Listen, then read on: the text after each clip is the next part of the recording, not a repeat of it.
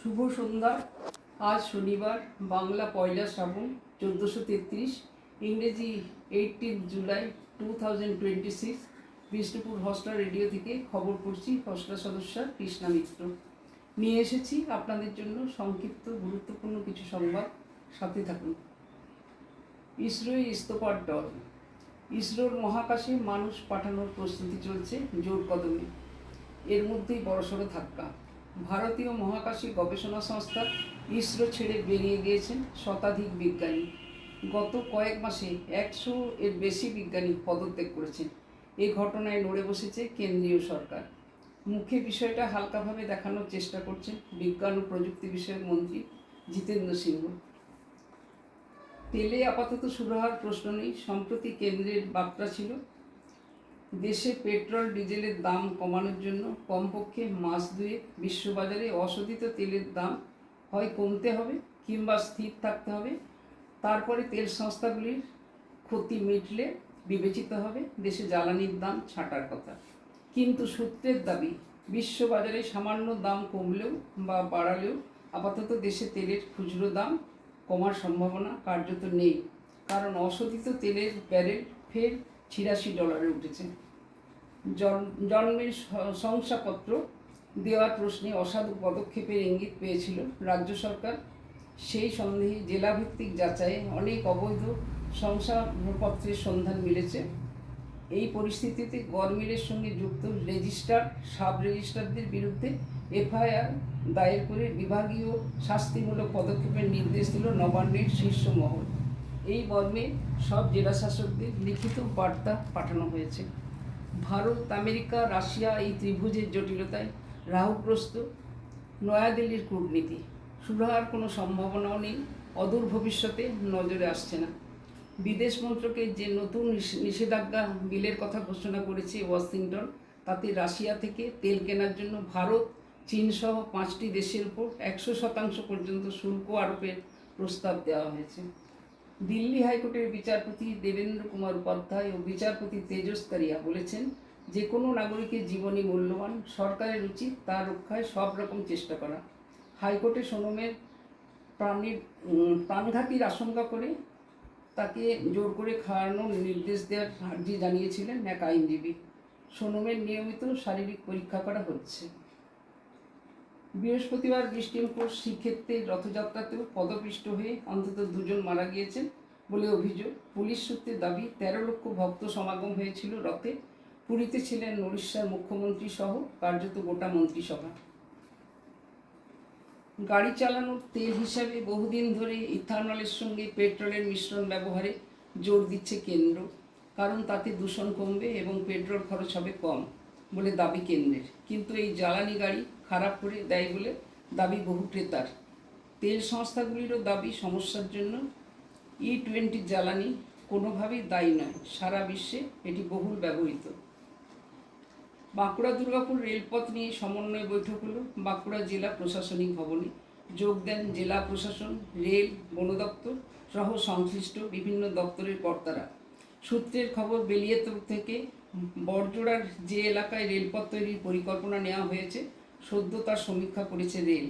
জেলা প্রশাসনের কাছে বেশ কিছু রিপোর্টও চেয়েছে রেল। প্রশাসন সময় মতো সেই রিপোর্ট রেলকে দেওয়ার কথা জানিয়েছে।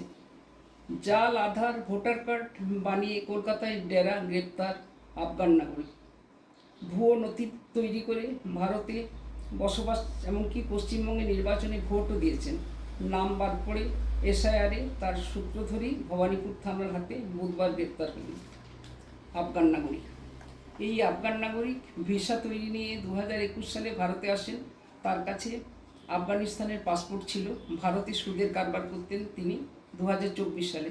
তিনি ভোটও দিয়েছেন। এখানে voter card, pan card, driving licence সব কিছু টাকার বিনিময়ে তৈরি করে ফেলেন।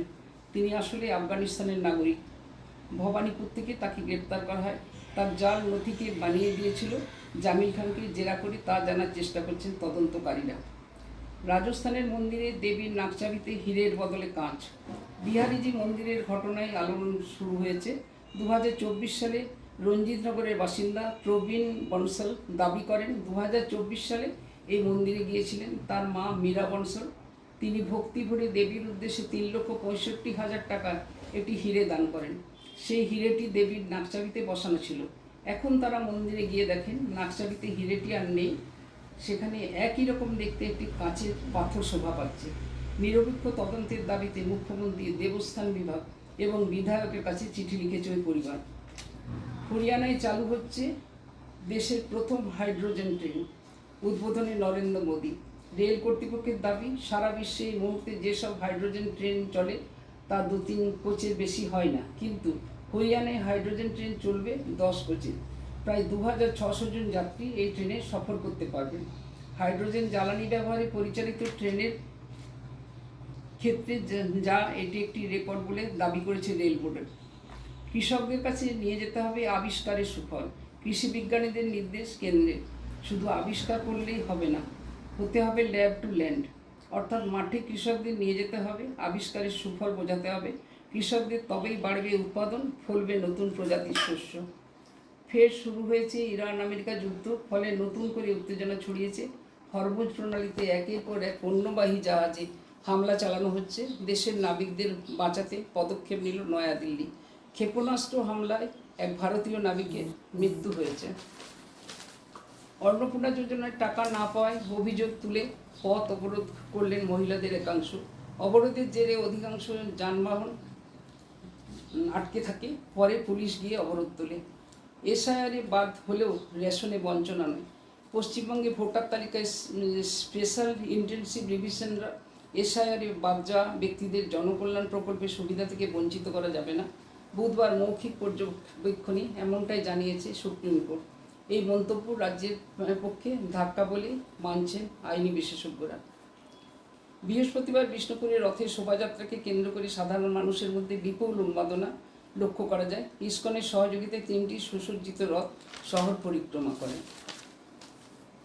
আসছি খেলার খবর নিয়ে। 14 বছর আগে কার্ডিফের এই মাঠে শেষ একদিনের ম্যাচ খেলছিল ভারত। সেই দলে ছিলেন এমন 2 ক্রিকেটার যারা বৃহস্পতিবার আবার মাঠে নামলেন ভারতের জার্সিতে। এই 2 ক্রিকেটারকে দেখার জন্য মুখিয়েছিলেন ভারতীয় ক্রিকেট প্রেমীরা। বিরাট কোহলি এবং রোহিত শর্মা এখন একদিনের ক্রিকেট ছাড়া আর কোনো ধরনের ক্রিকেটে দেশের প্রতিনিধিত্ব করেন না। তাই অনেকদিন বাদে ভারতীয় জার্সিতে কে দেখার জন্য মুখিয়েছিলেন ভারতের সমর্থকরা। এদিন রোহিত জমে গিয়েও বড় রান করতে পারলেন না, অর্ধশতরান করে গেলেন বিরাট। এসকালেটর নেমে আসছেন আকাশী নীল ও সাদা জনসমুদ্র। 60 থেকে 70 সব বয়সীরা সেই ভিড়ে আসছেন। সকলের মুখে উচ্ছ্বাসের রং, সকলের মুখে একটাই জয়ধ্বনি, মেসি মেসি। সকলের মুখে একটাই গান, লিওনেল মেসির গান, আর্জেন্টিনার গান। আসছি আবহাওয়ার খবরে। প্রভাব নেই নিম্নচাপের, শক্তি বাড়িয়েছে উত্তর পশ্চিম বঙ্গোপসাগরে তৈরি হওয়া নিম্নচাপ। তবে সপ্তাহের শেষ থেকে উত্তরবঙ্গের বৃষ্টির দাপট বাড়বে। আজ শনিবার থেকে দক্ষিণবঙ্গের কোনো অঞ্চলের জন্য ভারী বৃষ্টির পূর্বাভাস নেই। উত্তরবঙ্গের পাহাড় ও লাগোয়া এলাকায় বৃষ্টি বাড়বে। আজকের মতো খবর পড়া এখানেই শেষ করছি। সকলে সুস্থ থাকুন, ভালো থাকুন। নমস্কার, শুভরাত্রি।